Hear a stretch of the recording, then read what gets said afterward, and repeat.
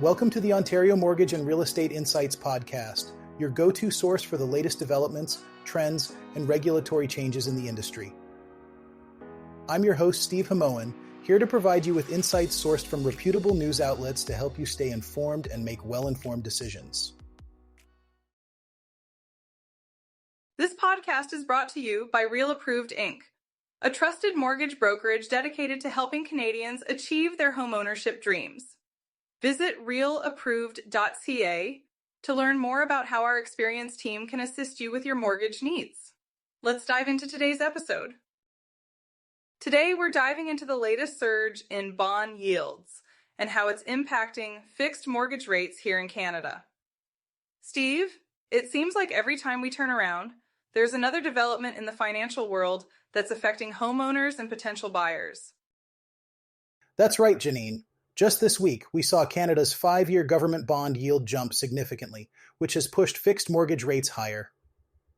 This is largely due to concerns over the U.S.'s growing debt, which has sent ripples through global bond markets. It's a challenging time for many, especially first-time homebuyers, who are already navigating a tough market. With fixed mortgage rates on the rise, it's getting more expensive to secure a home loan. Absolutely.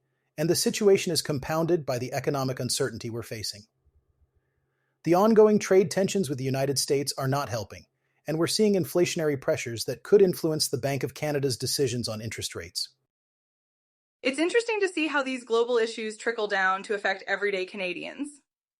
The Consumer Price Index, for example, slowed to 1.7% in April, but when you exclude energy costs, inflation is actually at 2.9%. That's a big concern for the Bank of Canada as they consider their next moves. Yes, and if the Bank of Canada decides to hold off on cutting rates this summer, we might see variable mortgage rates stay the same, but fixed rates could continue to rise if bond yields keep climbing. It's a waiting game until the bank's next announcement in June. In the meantime, the housing market is feeling the chill. Home sales were down nearly 10% in April compared to last year. It's a tough market for buyers and sellers alike, especially with an increasing number of properties hitting the market in places like Ontario and British Columbia.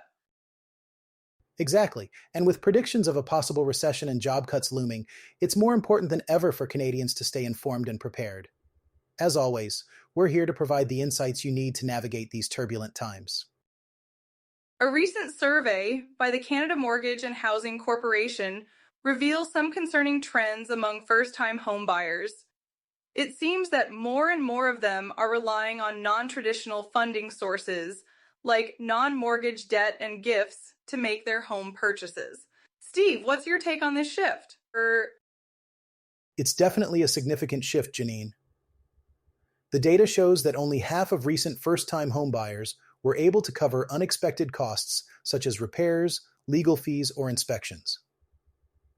That's a considerable drop from the 78% who could do so just a year ago. This reliance on credit cards and lines of credit to cover these expenses suggests that many buyers are overextended. Exactly, Steve. It's a worrying trend because it indicates that young adults are increasingly finding themselves financially stretched. The environment is starting to resemble a kind of Victorian-era situation where generational wealth is necessary for basic stability. That's not a sustainable model for home ownership. You're right, Janine. The use of gifts for down payments is also on the rise. Over 2 in 5 first-time buyers now use gifted money for their down payments, which is a jump from 33% in 2023 and just 14% back in 2018. This parental stimulus can drive up entry-level prices, making it even harder for those who do not have access to such resources. It's a tough situation for many young Canadians. These gifts might help them get into the market, but they also contribute to the inflation of home prices. And with more than half of first-time buyers now entering into joint ownership, it shows just how challenging it is for individuals to afford a home on their own. Joint ownership is indeed becoming more common. 54% of first-time homebuyers are now sharing ownership with others, compared to just 12% in 2024. This trend seems to emerge at the end of housing cycles, often when people start to believe that we're running out of land. But this kind of approach can also artificially inflate prices, just like the parental gifts do. It's crucial for potential buyers to be aware of these trends and to plan accordingly. While these strategies might seem like viable short-term solutions, they can have long-term implications on financial health and the overall housing market. Absolutely, Janine. The key is to be informed and prepared. First-time buyers need to consider all their options and understand the potential risks involved in relying heavily on non-mortgage debt or gifts. It's about striking a balance between making homeownership possible and ensuring long-term financial stability. Let's shift our focus to the Greater Toronto Area, where the real estate market is seeing some interesting shifts.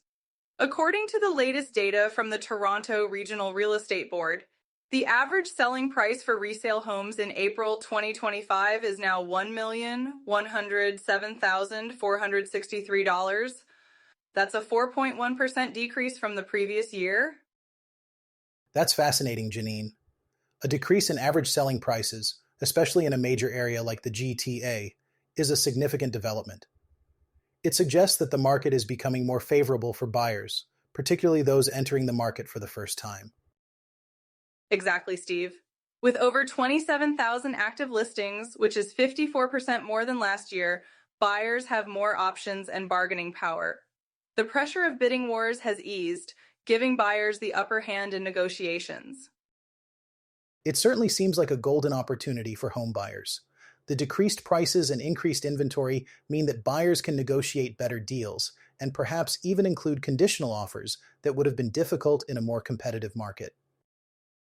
It's worth noting that the decrease in prices varies by property type.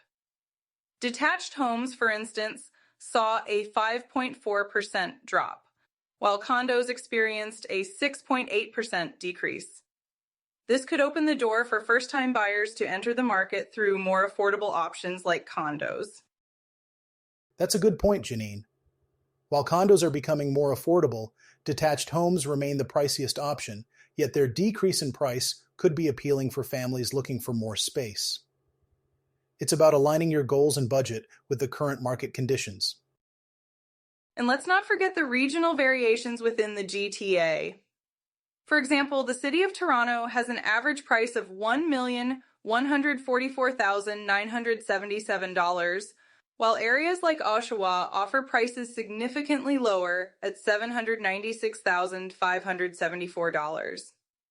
Buyers might find value in these differences depending on their preferences for urban or suburban living.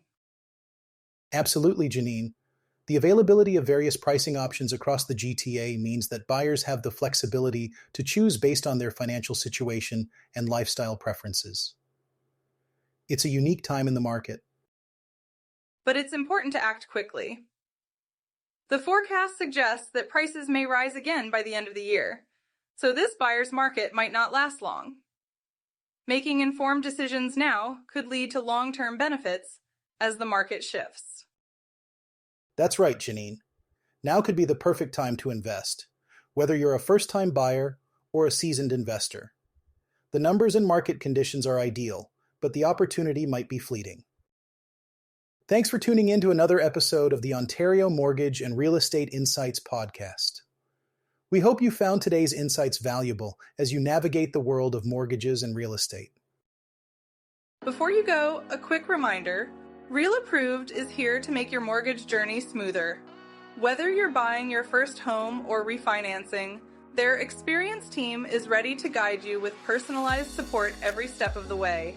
Visit realapproved.ca to get started and take the next step toward achieving your home ownership goals. Catch you next time and stay informed with the latest industry insights.